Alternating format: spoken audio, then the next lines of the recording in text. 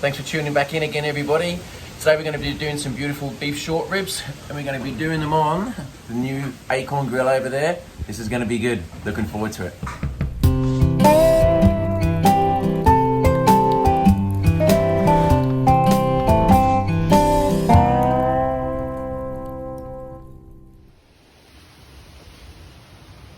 So I've done a few cooks on here already, but mainly hot and fast, some pizzas and kebabs, that type of thing.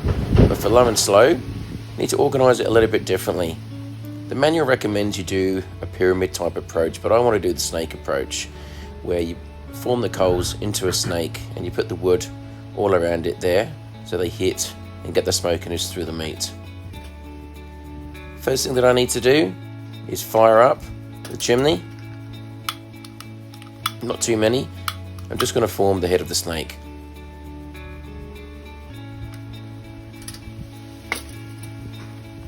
So whilst that's heating up, I'm going to get to my ribs. Got some nice beef shorties here, finger ribs, some beautiful marbling, as you can see. The first thing I'm going to be doing is getting some mustard, squeezing that mustard on top and just rubbing it in gently. You don't have to use anything here if you don't want to. I just find that if you put a little bit of mustard there or a little bit of oil, it just acts as a binder. It keeps the rub on the meat just a little bit better. It doesn't give any additional flavour. Each to their own, it's just preference. Once I've rubbed it in, I need to get to my seasoning here. And what I've got in this rub is some salt, some pepper, some onion powder, garlic powder, and also a little bit of paprika. Paprika doesn't really give it too much of additional spice, but it does give it a little bit of extra colour there, which I like. So coat both sides, as well as the top, as well as the bottom. And then once you've got enough on there, what you've got to do is just let it rest.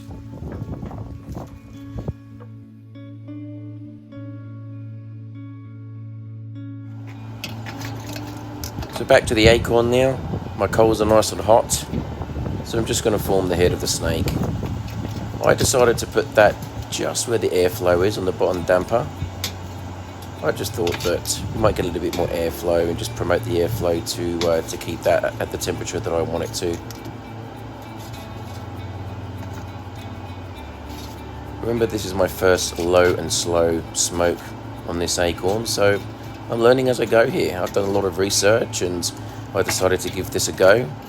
I've done a hell of a lot of smokes on the Traeger, low and slow, but that's easy. Set the temperature and forget. But I wanted to get a little bit more of a challenge. I wanted to get a little bit more flavour through my meat, so that's why I went out and bought an akorn. And I want to master the low and slow technique. So this is a bit of a practice for me before I go and do a nice brisket in the future. Now, some videos I've watched have suggested to keep the top damper and the bottom damper wide open there on number 5 to get the temperature up quite quickly, but I don't really want to do that. So I've decided to go halfway, put it on the 3. So what I've done is I put it on the 3 and I've got up to temperature quite quickly.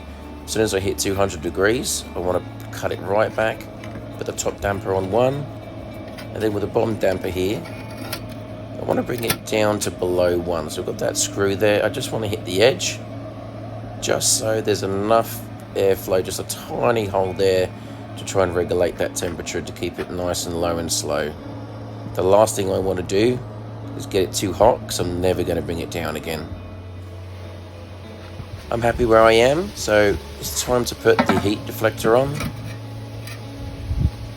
And I also want to put some water in here as well. Water doesn't put any additional moisture through the meat.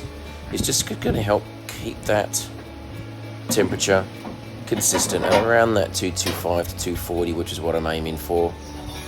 I've also got a thermometer here that I'm just putting in. I think this is a hell of a lot more accurate than what the thermometer here is.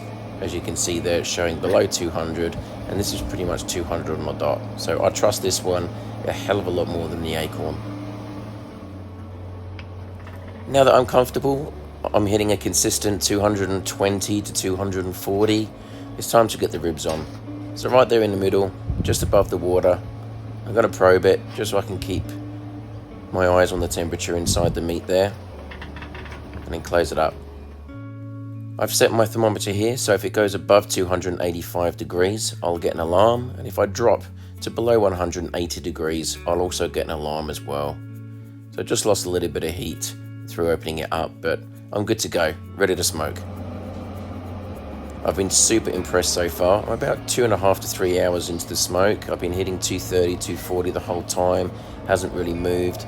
I have not touched that top damper or the bottom damper. I've left it alone just below the one there. Once I started to get close to the stall though, I did notice the temperature dropped to 222, so I thought I'll have a little bit of a play. I moved the top damper up to 2, and the bottom damper I put on 2 as well. I managed to get it up to 240, and then I put it straight back onto 1. As you can see, it's just sticking to that 240. Top is on 1, and the bottom is on 1 too. So I was able to maintain the temperature pretty good there without it getting out of control.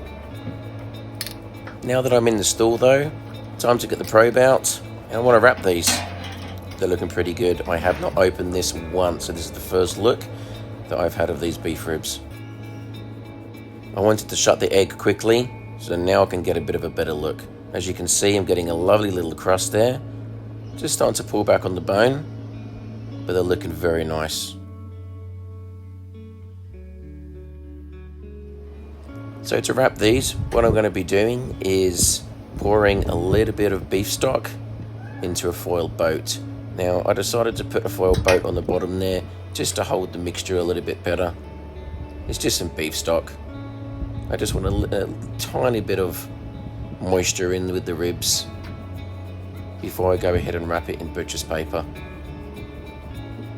Trying to avoid putting it on the top because I don't want to lose that beautiful crust that I've been working so hard for. So all I've got to do now is just wrap it up, and I double wrap it in the butcher's paper, and then put it back onto the smoker until I reach the internal temperature of just over 200 degrees Fahrenheit.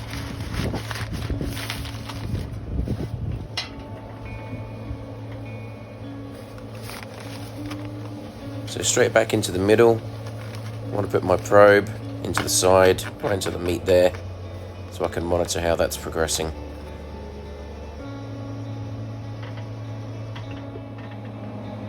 So I'm just over 250 degrees. The meat is now showing 140, but that's okay. When you wrap it, you always expect it to drop a little bit there, but as you can see, I've just gone back to my go-to, which is just below the 1 on the bottom and hitting the 1 on top. I also decided to put a second probe in just so I can have an idea of the temperature of the meat at a different spot. So as I said, I'm learning here. I decided to put the top as well as the bottom damper onto 2, get a bit more airflow just to see what happens.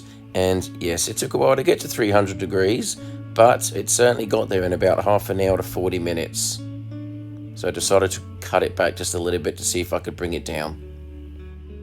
So another 3 to 3.5 hours later, and I finally hit 204, 205 degrees. So it's time to pull these ribs off of the smoker. Super, super hot. That's why I've got my fire gloves on there. Pulling the probes out. I'm going to wrap this in a towel and just let it rest for a little bit.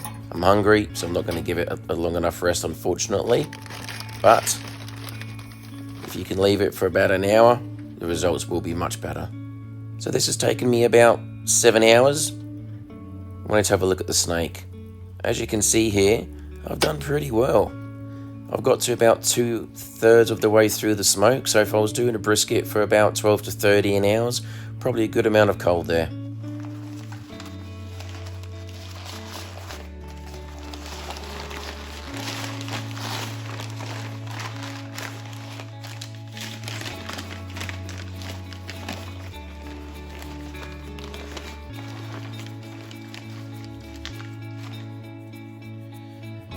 So there we got it. Some beautiful looking short ribs there. They're still quite hot because I haven't let them rest as long as I probably should have.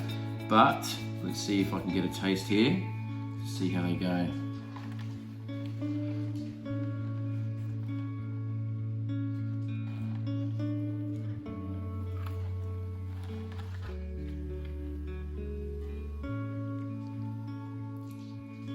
God, Oh, they are delicious. Let's come and have a look at the amount of pink that you got there from the smoke. The juice, you can see the juice there sitting on the edge still, just popping out.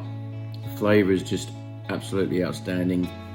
Definitely too hot, need to let it rest a little bit longer, but those are beautiful, beautiful ribs. And I really think I can taste a big difference by putting it on the akorn there. Thanks for watching, everybody. Enjoy the smoke, give it a go. Took a little bit of time, but really, really flavoursome. Thank you. So what are the key things I learned? Firstly, the snake was great. Definitely I would do that again if I was doing low and slow. Secondly, learn your dampers. If you get too hot, you ain't getting it down again. Thirdly, time management. This took longer than I expected, but that's okay. I didn't have anything else to do. And lastly, you can get a lot of flavour. Thank you for watching, everybody.